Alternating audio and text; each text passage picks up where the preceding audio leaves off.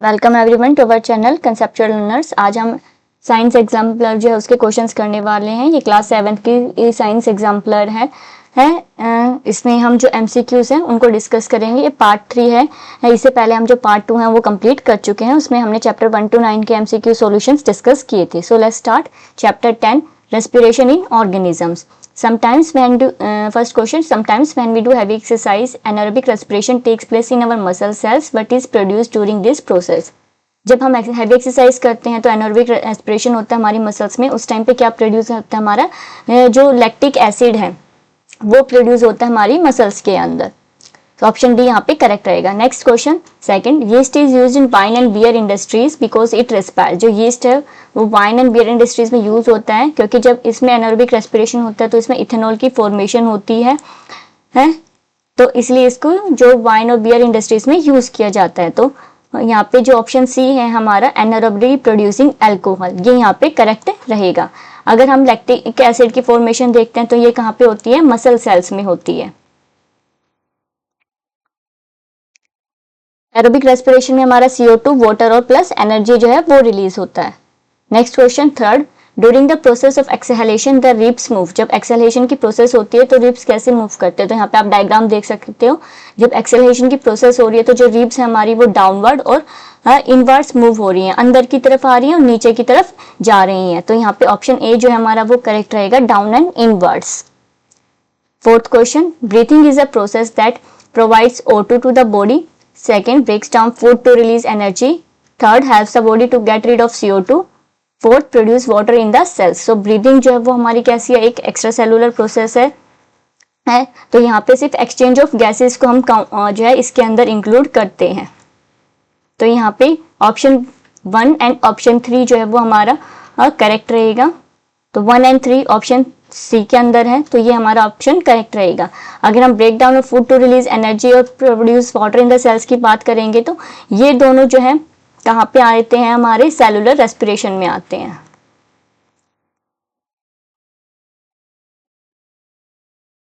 Next question, fish breathe with the help of gills which are richly supplied with blood vessels. The gills have the fish to. जो फिश है एक aquatic animal है, gills की help से ये breathe करते हैं।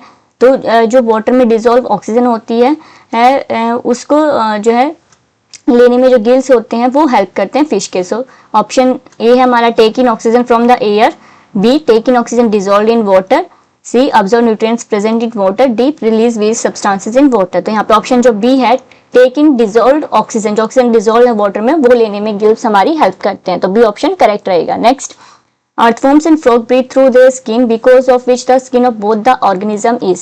जो earthworms and frog हैं वो स्किन की हेल्प से ब्रीथ करते हैं, इसलिए उनकी जो स्किन होती है हमेशा मॉइस्ट और स्लाइमी होती है। तो यहाँ पे ए ऑप्शन है moist and rough, B dry and rough, C dry and slimy, fourth moist and slimy. तो यहाँ पे ऑप्शन जो डी हमारा करेक्ट रहेगा। नेक्स्ट, मैचअप, बटरफ्लाई इंसेक्ट है ये, तो इसमें स्पाइरेकल्स होते हैं ब्रीथिंग के लिए जो ऑर्गन है। अर्थवॉर्म्स जो है वो स्किन की हेल्प से ब्रीथ करते हैं। स्पैरो बर्ड है, लंग्स की हेल्प से होता है इसमें। डी फिश, फिश में गिल्स की हेल्प से होता है। तो यहाँ पे ये करेक्ट सीक्वेंस रहेगी। Now next chapter 11, transportation in animals and plants. Animals और प्लांट्स में ट्रांसपोर्टेशन कैसे होता है। First question, the muscular tube through which stored urine is passed out of the body is called. तो यहाँ पे एक्सक्रीटरी सिस्टम की बात हो रही है। एक्सक्रीटरी सिस्टम में हमारा पेयर ऑफ किडनी आते हैं, यूरेटर आता है, ब्लैडर आता है और यूरेथ्रा आता है। तो ये यूरेथ्रा हमारी वो ट्यूब लाइक स्ट्रक्चर है जिससे यूरिन हमारा पास आउट होता है। तो यहाँ पे ऑप्शन जो सी है हमारा वो करेक्ट रहेगा, urethra. Next question, they are pipeline consisting of a group of specialised cells, they transport substances, form a two way traffic in plants, which of the following terms qualify the features mentioned above. तो यहाँ पे pipeline structures की बात हो रही है। Specialise sales होते हैं, ये सब्सटेंसेस को ट्रांसपोर्ट करते हैं। टू वे ट्रैफिक होते हैं, यानी कि ये बाई डायरेक्शनल मूवमेंट यहाँ पे होती है। तो अगर हम प्लांट्स में बात करते हैं तो जाइलम एंड फ्लोएम जो है बहुत ही कंडक्टिंग टिश्यूज हैं। जाइलम जो है वो ओनली वाटर में हेल्प करता है, वाटर एंड मिनरल्स ट्रांसपोर्ट करता है, जबकि जो फ्लोएम हमारा वो फूड में करता है। लेकिन अगर हम जाइलम की बात करते हैं तो ये वन वे है, यूनिडायरेक्शन है इसमें, जबकि जो हमारा फ्लोएम है वो कैसे हमारा टू वे ट्रैफिक होता है। इसमें भी अप एंड डाउन दोनों मूवमेंट यहाँ पे देखने को मिलती है। तो यहाँ पे ऑप्शन जो डी है फ्लोएम टिश्यू वो हमारा करेक्ट रहेगा। Next, absorption of nutrients and exchange of respiratory gases between blood and tissues takes place in. Nutrients का एब्जॉर्प्शन और जो रेस्पिरेटरी गैसेस का एक्सचेंज हमें ब्लड और टिश्यूज के बीच में देखने को मिलता है, ये कहाँ पे होता है? ये कैपिलरीज में होता है. कैपिलरीज बहुत फाइन जो है हमारी ट्यूब लाइक स्ट्रक्चर होते हैं जहाँ पे एक्सचेंज ऑफ गैसेस और न्यूट्रिएंट एब्जॉर्प्शन हमें देखने को मिलता है. Next, fourth, in which of the following parts of human body are sweat glands absent. Sweat glands जो है एब्सेंट होते हैं. तो ए स्काल्प में प्रेजेंट होते हैं, आर्मपेट्स में प्रेजेंट होते हैं स्वेट ग्लैंड्स, यानी कि जहाँ से पसीना निकलता है. लिप्स में नहीं होते हैं, लिप्स के अपर सरफेस में होते हैं. ये नोज और लिप्स के बीच का जो स्पेस है वहां पे प्रेजेंट होते हैं. पाम्स में प्रेजेंट होते हैं. तो यहाँ पे एब्सेंट कहाँ होते हैं? लिप्स में. ऑप्शन सी यहाँ पे करेक्ट रहेगा. Next, in a tall tree which force is responsible for pulling water and minerals from the soil. Tall tree में जो है हमारी सेक्शन फोर्स रिस्पॉन्सिबल होती है वाटर को और मिनरल्स को पुल करने के लिए सोइल से. Next, aquatic animals like fish excrete their waste in gaseous form. जो एक्वेटिक एनिमल्स होते हैं लाइक फिश, ये कैसे होते हैं? एमोनोटॉलिक होते हैं. मीन्स ये अमोनिया को रिलीज करते हैं. तो यहाँ पे ये गैसेस फॉर्म में किसको रिलीज करेंगे? अमोनिया को रिलीज करेंगे एज अ टॉक्सिक वेस्ट. तो ऑप्शन सी जो हमारा वो करेक्ट रहेगा. Now chapter 12, reproduction in plants. First question, which are the following parts of a plant take part in sexual reproduction. कौन से पार्ट्स हैं प्लांट के जो सेक्सुअल रिप्रोडक्शन में पार्टिसिपेट करते हैं? तो फ्लावर, यस. सीड, ये सेक्सुअल रिप्रोडक्शन में ही बनता है हमारा जो सीड होता है फाइनली. और फ्रूट भी इसी में बनता है. ब्रांच पार्टिसिपेट नहीं करती हैं. तो यहाँ पे ऑप्शंस कौन से करेक्ट हमारे? First, second and third. तो यहाँ पे ऑप्शन जो बी है हमारा वो करेक्ट रहेगा. तीनों ही हमें पार्ट मिलते हैं. Second, Leela observed that a pond with clear water was covered up with a green algae within a week. By which method of reproduction did the green algae spread so rapidly? So जो algae होता है उसमें क्या होता है? हमें fragmentation देखने को मिलता है. जो mode of reproduction होता है इसमें, इसकी वजह से इसका जो नंबर है वो एकदम से इंक्रीज हो जाता है. तो यहाँ पे ऑप्शन जो सी है वो हमारा करेक्ट रहेगा. फ्रेगमेंटेशन कैसा हमारा एसेक्सुअल मोड ऑफ रिप्रोडक्शन है.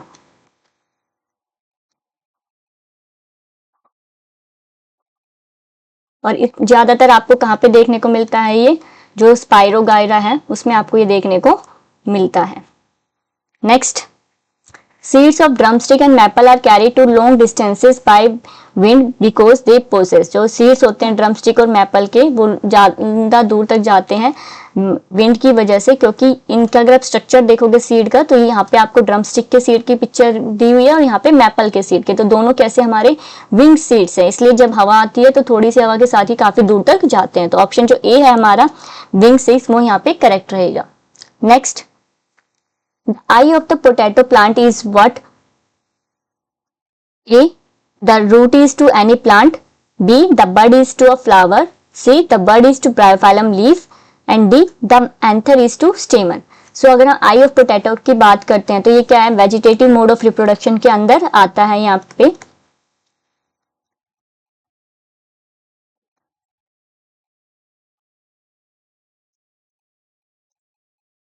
तो यहाँ पे जैसे ब्रायोफाइलम की जो लीफ के ऊपर बर्ड्स होते हैं वो उसके रिप्रोडक्शन में हेल्प करते हैं, वैसे ही जो हमारे पोटैटो की आई है वो उसके प्रोडक्शन में हेल्प करते हैं. तो यहाँ पे ऑप्शन जो सी है हमारा वो करेक्ट रहेगा. Next, the ovaries of a different flowers में कंटेन. जो ओवरीज होती हैं डिफरेंट फ्लावर की उसमें क्या होते हैं? Only one ovule. B, many ovule. C, 1 to many ovules. D, 1 to ovule, only 2 ovules. तो यहाँ पे ऑप्शन जो सी है एक से और काफी ज्यादा नंबर में ओव्यूल्स प्रेजेंट हो सकते हैं. Next, which of the following statements are true for sexual reproduction in plant. Sexual reproduction कौन सी स्टेटमेंट ट्रू है? Plants are obtained from seeds. Yes. Two plants are always essential. अभी देखते हैं स्टेटमेंट को. Fertilisation can occur only after pollination. Yes. Only insects are agents of pollination. तो यहाँ पे हमारी कौन सी जो स्टेटमेंट्स हैं वो करेक्ट हैं सेक्सुअल रिप्रोडक्शन के लिए? तो यस, सीड्स जो है वो एसेंशियल जो है सेक्सुअल रिप्रोडक्शन का पार्ट होते हैं. फर्टिलाइजेशन के लिए पॉलिनेशन होना जरूरी है. तो यहाँ पे फर्स्ट एंड थर्ड स्टेटमेंट हमारी जो है वो करेक्ट रहेगी. ऑप्शन ए हमारा करेक्ट रहेगा. अब यहाँ पे हम बात करते हैं, ये जो ऑप्शन है हमने, 2 plants are always essential. 2 plants जो है वो हमेशा ज़रूरी नहीं होते हैं। आप देखोगे कि एक जो प्लांट होता है उसमें काफ़ी सारे फ्लावर्स होते हैं, तो सिंगल प्लांट में जो है वहाँ पे भी हमें सेक्सुअल रिप्रोडक्शन देखने को मिल सकता है, और with in the same flower भी हमें सेक्सुअल रिप्रोडक्शन देखने को मिल सकता है। और ओनली इंसेक्ट्स जो होते हैं वो एजेंट्स नहीं होते हैं, इसके अलावा हम वाटर जो है वो भी होता है, विंड जो होता है वो भी एजेंट्स में आती है पोलिनेशन के लिए, ठीक है। तो यहाँ पे ऑप्शन जो ए है हमारा 1 और 3 वो स्टेटमेंट करेक्ट है। Next, pollination refers to the, pollination क्या प्रोसेस होती है? Transfer of pollen grains from anther to the stigma. जब ट्रांसफर होता है पोलन ग्रेन्स का फ्रॉम एंथर टू स्टिग्मा, तो इसको हम क्या कहते हैं? पोलिनेशन। तो ऑप्शन सी हमारा यहाँ पे करेक्ट रहेगा। Next, chapter 13, which of the following can not B use for measurement of time. इनमें से हम कौन सा जो है टाइम को मेजर करने के लिए यूज नहीं कर सकते हैं? सो ए लीकिंग टैप, इसका यूज हम कर सकते हैं कि कितने टाइम में कितना पानी जो है वो लीक हुआ है। सिंपल पेंडुलम, इसको तो एब्सोल्युटली कर सकते हैं। See, shadow of an object during the day, yes, क्योंकि जो शैडो होती है उसकी लेंथ चेंज होती है जो सन की पोजीशन है उसके अकॉर्डिंग, तो उसके साथ भी हम टाइम को मेजर कर सकते हैं। ब्लिंकिंग ऑफ आई, इससे हम मेजर नहीं कर सकते हैं क्योंकि कभी भी हो जाती है, तो ऑप्शन जो डी है वो हमारा यहाँ पे करेक्ट रहेगा क्योंकि यहाँ पे कैन नॉट पूछा गया है। Now second question, 2 clocks A and B are shown in figure 13.1. Clock A has an hour and minute hand, तो यहाँ पे हमारे पास आवर हैंड है और मिनट हैंड है।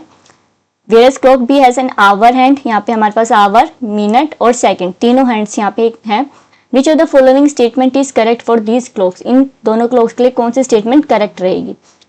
A time interval of 30 seconds can be measured by clock A, तो clock ए से 30 seconds का जो टाइम इंटरवल है वो हम नहीं मेजर कर सकते क्योंकि यहाँ पे सेकेंड जो हैंड है वो है ही नहीं। B, a time interval of 30 seconds can not be measured by clock B, 30 seconds का जो टाइम इंटरवल है वो हम क्लॉक बी से मेजर कर सकते हैं क्योंकि यहाँ पे हमारे पास सेकेंड हैंड है, तो ये स्टेटमेंट भी यहाँ पे सही नहीं है। See, time interval of 5 minutes can be measured by both A and B, yes, 5 minutes का जो टाइम इंटरवल है वो हम दोनों क्लॉक से मेजर कर सकते हैं कि दोनों के पास ही जो मिनट हैंड है वो है, तो यहाँ पे ऑप्शन जो सी हमारा वो करेक्ट रहेगा। Fourth, the time interval of 4 minutes 10 seconds can be measured by clock A, again यहाँ पे 10 सेकेंड्स दिया हुआ है क्लॉक ए में, तो यहाँ पे सेकेंड्स की हमारे पास हैंड नहीं है, तो ये ऑप्शन भी गलत होगा, तो ऑप्शन सी ही हमारा यहाँ पे करेक्ट है। Next, 2 students were asked to plot a distance time graph for the motion, हमें बनाना है motion time graph, table A और टेबल बी हमें गिवन है, हमें बताना है कि द ग्राफ इन जो यहाँ पे गया है इज ट्रू फॉर, कौन सी टेबल के लिए सही है। तो अगर हम टेबल ए की बात करते हैं तो पहले हम टाइम को लेते हैं 0, 2, 4, 6, 8, 10, यस, टाइम का इसमें सही है सारे। अब हम डिस्टेंस की रीडिंग देखते हैं 0, 0, 10, 20, 30, 40 एंड 50, तो ये दोनों ही जो है वो सही हैं। अब हम टेबल बी को देखते हैं तो टाइम इन मिनट्स 0, 1, 2, 3, 4, 5, तो 0 यहाँ पे इसमें देखो आप 1 भी गिवन है, 2 यहाँ पे 3 होगा, 4 एंड 5 इसकी रीडिंग्स ये है। अगेन डिस्टेंस की लेते हैं तो 0 पे 0 है, 1 पे 5, यहाँ पे आप देख सकते हो यहाँ पे 5 की गिवन है हमें, देन 2 पे 10, 3 पे यहाँ पे 15,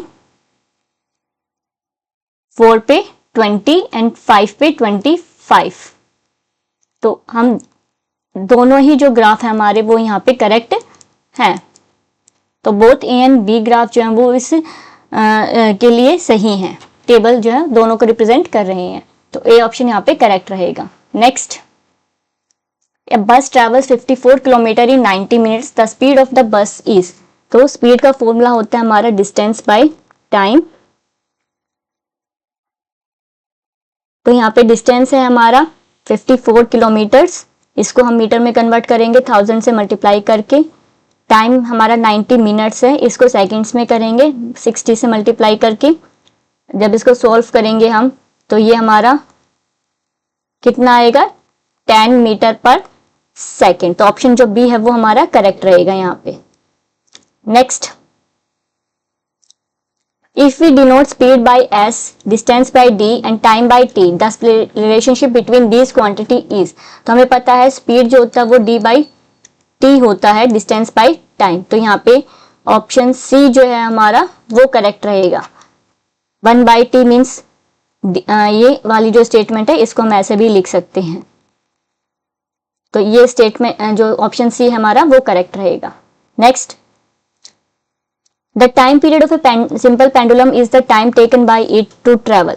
जो टाइम पीरियड होता है पेंडुलम का वो पूरा एक ऑसिलेशन होता है A to B and then again B to A. तो ये जो पूरा एक जो इसने राउंड कंप्लीट किया है वो हमारा टाइम पीरियड कहलाता है। तो यहाँ पे A to B and back to A, option A हमारा करेक्ट रहेगा। नेक्स्ट क्वेश्चन 7, ये फिगर है, इसमें ऑसिलेटिंग पेंडुलम हमें गिवन है। The time taken by the bob to move from A to C, A to C का जो time period है वो t1 है। Then C to O is t2, C से ओ का कितना है हमारा t2 है। The time period of this pendulum is, तो टाइम पीरियड हमारा कितना क्या होता है, यहाँ से एक राउंड पूरा एंड अगेन फिर इस पोजिशन से यहाँ पे ये आना। तो t1 t2 एक यहाँ पे होएगा, फिर यहाँ अगेन अगर यहाँ पे t1 प्लस t2 है तो इधर भी t1 प्लस t2 होएगा, फिर एक राउंड दोबारा होएगा। तो यहाँ पे यानी कि 4 टाइम्स t1 प्लस t2, तो ऑप्शन डी जो है हमारा वो करेक्ट रहेगा। Next, the correct symbol to represent the speed of an object. Correct symbol क्या है स्पीड ऑब्जेक्ट को रिप्रेजेंट करने का? स्पीड को जो है हम SI यूनिट इसकी क्या है हमारी मीटर पर सेकेंड, और इसको हम ऐसे भी लिख सकते हैं। तो यहाँ पे ऑप्शन ए जो है हमारा वो करेक्ट है, 5 मीटर पर second. Next, Buju walks to his school which is at a distance of 3 km from his home in 30 minutes. On reaching he finds that the school is closed and comes back by cycle with his friend and reaches home in 20 minutes. Average speed हमें बतानी है kilometre per hour में। तो यहाँ पे उसका घर है, यहाँ पे स्कूल है, डिस्टेंस हमें कितना गिवन है 3 किलोमीटर्स। तो 3 किलोमीटर वो गया और वापस आया, तो टोटल डिस्टेंस हमारा कितना हो गया है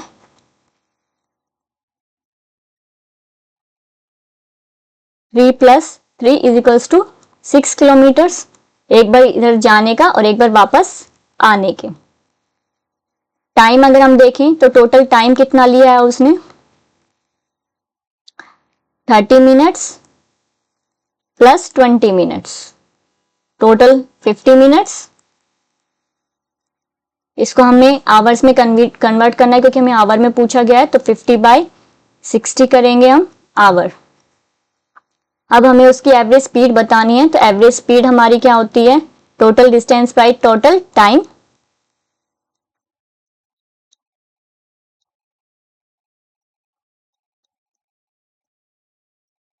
टोटल डिस्टेंस है हमारा 6 किलोमीटर, टोटल टाइम है हमारा 50/60 आवर।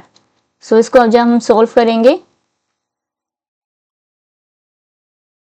तो ये हमारा आएगा 7.2 किलोमीटर पर आवर। ये यहाँ पे करेक्ट रहेगा। तो ऑप्शन जो बी है हमारा वो यहाँ पे करेक्ट है। नेक्स्ट,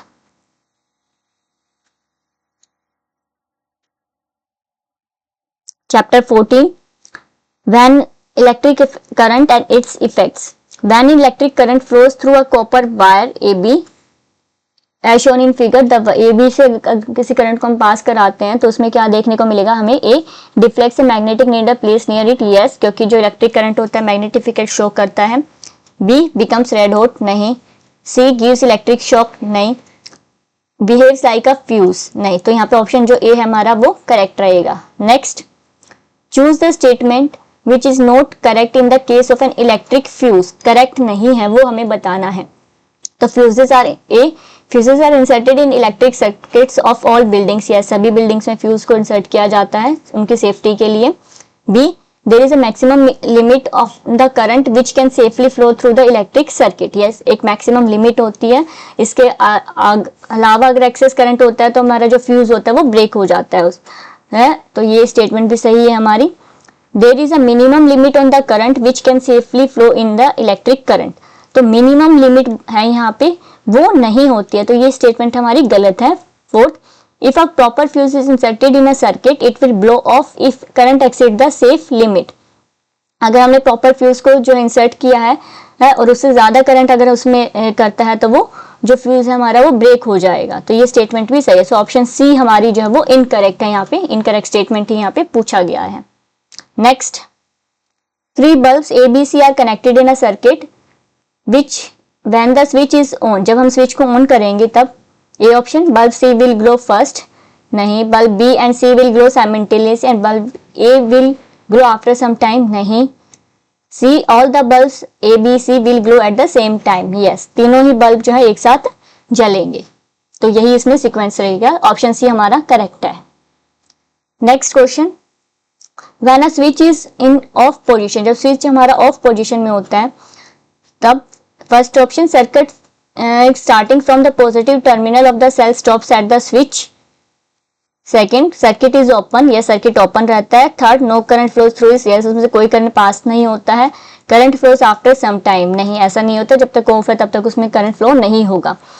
तो यहाँ पे कौन से स्टेटमेंट्स हमारी सही हैं, तो स्टेटमेंट 2 एंड 3 जो है वो करेक्ट है हमारी, तो ऑप्शन जो बी है हमारा वो करेक्ट रहेगा यहाँ पे। Next, which of the following precaution need not to be taken, हमें नहीं लेनी चाहिए while using electric gadgets, appliances और circuit. First, we should never touch a lighted electric bulb connected to the mains, yes, हमें कभी भी main से अगर कोई चीज कनेक्टेड है तो उसको टच नहीं करना चाहिए, जो मेन हमारे इलेक्ट्रिसिटी का पॉइंट है वहां से। B, we should never experiment with the electric supply from the mains और जनरेटर और इन्वर्टर, यस, हमेशा सेल्स और बैटरीज का यूज करना चाहिए, जो मेन्स होते हैं जनरेटर इन्वर्टर उन पे डायरेक्ट एक्सपेरिमेंट नहीं करना चाहिए, तो ये स्टेटमेंट भी हमारी सही है, ये प्रिकॉशन हमें लेनी चाहिए। See, we should never use just any wire और strip of a metal in place of a fuse, कभी भी किसी भी वायर या स्ट्रिप को नहीं लेना चाहिए फ्यूज की जगह पे, तो ये भी सही है, हमारी सेफ्टी के लिए ही होता है fuse. Fourth, we should never turn the switch in on position, तो never turn the switch in on position, अगर हम स्विच को ऑन ही नहीं करेंगे तो हम एक्सपेरिमेंट कैसे करेंगे, तो यहाँ पे ये वाली जो स्टेटमेंट है ये हमारी गलत है, सो ऑप्शन जो डी है हमारा वो करेक्ट है। तो आज हम यहीं तक इसको डिस्कस करेंगे। आई होप आपको वीडियो अच्छी लगी होगी, चैनल को लाइक शेयर एंड सब्सक्राइब करेंगे, बाकी की जो पहले की वीडियोस हैं उसको अच्छे से देखेंगे। Thank you.